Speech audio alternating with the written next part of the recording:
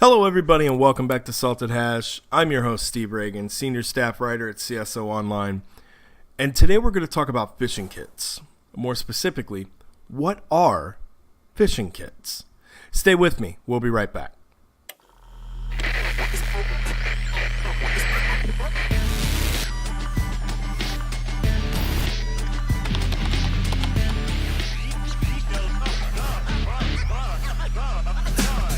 All right, welcome back.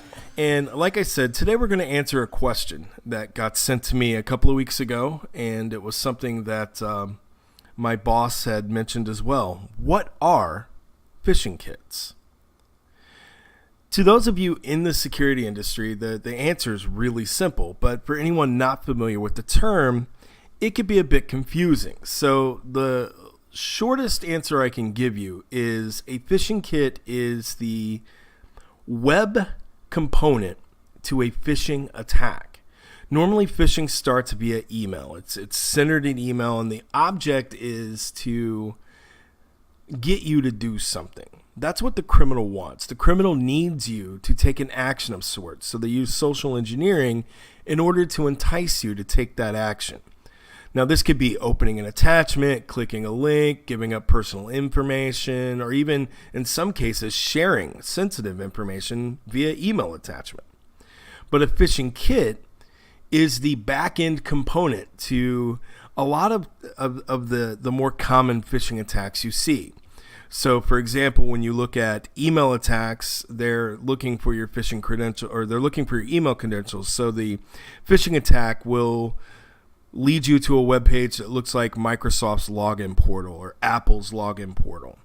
So let's start off by giving you a quick look at some of the phishing kits we've collected here in the lab. And as you can see, we've broken them down by type, but to start off with, this is an older Alibaba phish, and it's meant to spoof one of the login portals for Alibaba. And what this was at the time was a sale that they were running, and some of the kits directed people to log in to take advantage of a given discount or a promo. Sometimes they were telling you that your order was messed up or there's been a problem. Either way, when you click the link, you would have landed on this page and given up your credentials. Another one should be familiar to a lot of you. This one is a very standard 365 phishing kit. It was last used early in 2017. I haven't really seen this circulate a lot, but you would get an email telling you there's a problem with your account at work or your account at school. It could be that you're about to be suspended. It could be that you're over quota. There's messages held for review, whatever. The goal would be to get you to click that link, and you would see a page like this. And if you fell for it, you would enter in your credentials, and that's how the criminal would get it. Other office phishing attacks usually say, here's a document you need to read, and you would click on it, and you would think you're clicking an email attachment, but in reality what you're doing is opening a website. And when you would land on it, you would see this. So in this case, the phish told you it was an Excel document, but it's asking you for your email address and password to view it.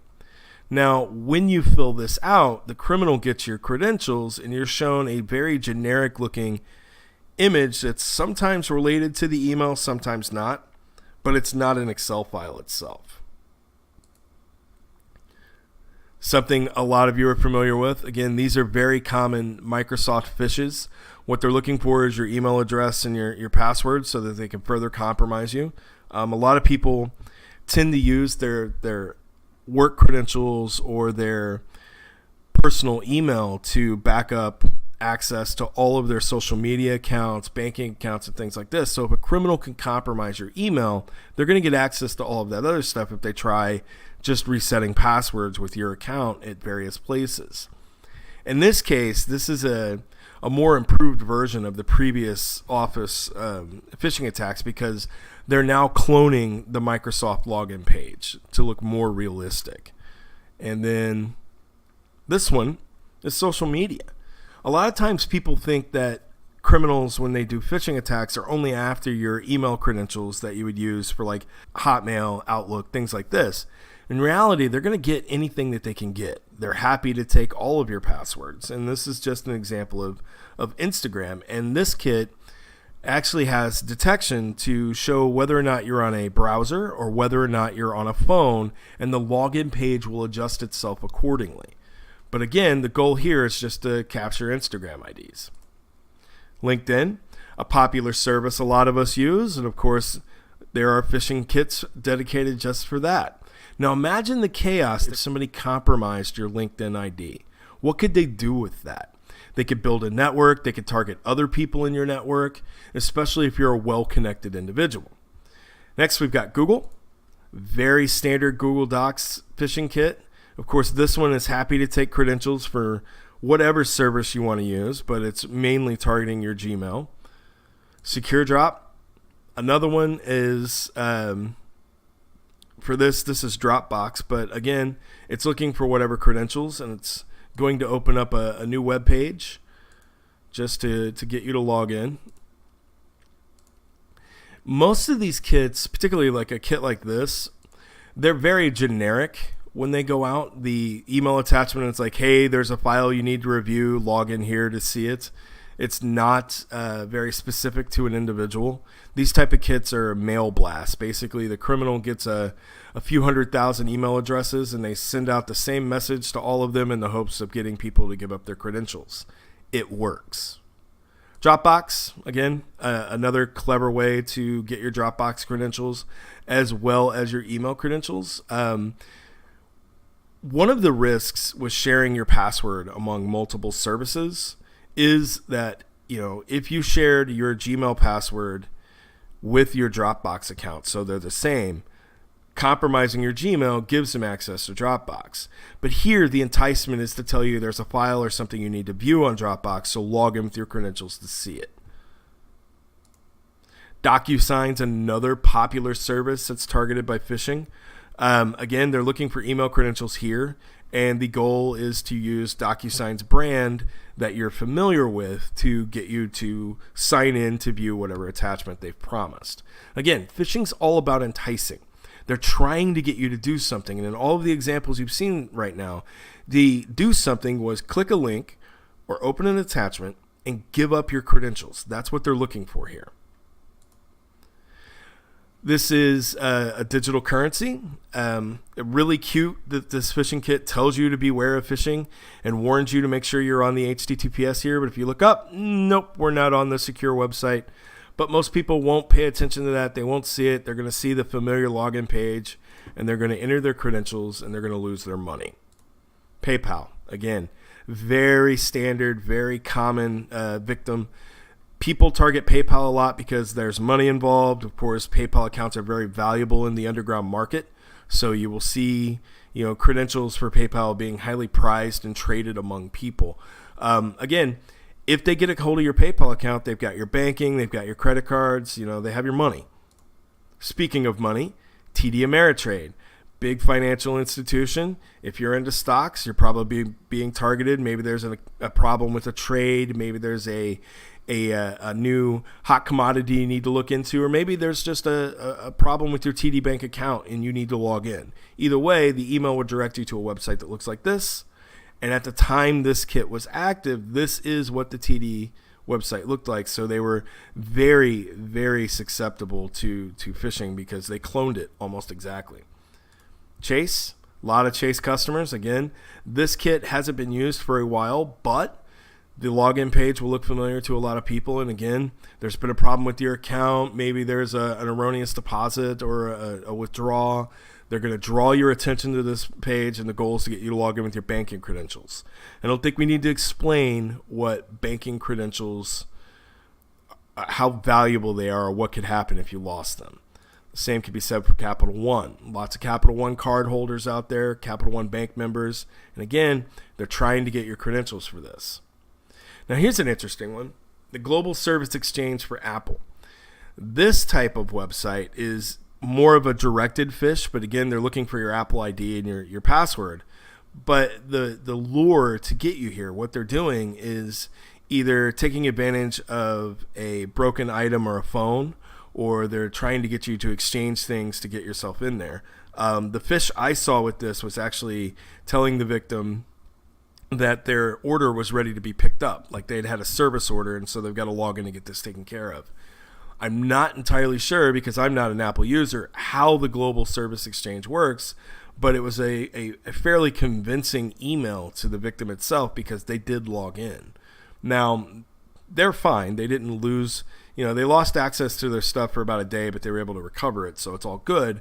The point being, though, this was convincing enough for them to log in. Same with this page. We showed this in an earlier video, and if you remember that video, this phishing portal and the real Apple portal were identical except for a few things, the font and the login panel here. Otherwise, at a glance, it was a perfect replica. Adobe's another big target for phishers, and you see a lot of stuff like this. This document needs you to log in to view it, and again, the email itself, the lure is just, here's this sensitive, urgent document you need to view. So these are your kits. This is what they look like. But on the back end, some of the kits can be pretty complicated. Here's a Apple phishing kit that we found recently that we haven't actually unlocked. You see, when you try to load this page and get it to come up, you actually have to register the kit with the criminal and unlock it. If you don't, it turns itself off. It won't function for you. Now, we haven't cracked it yet. We will, and we'll get it working. But some of the things that happened in this kit are rather interesting. Depending on what kind of proxy you're using, it's going to shift you off to a different website. It checks for that stuff the minute you log in. It's got a standard security package.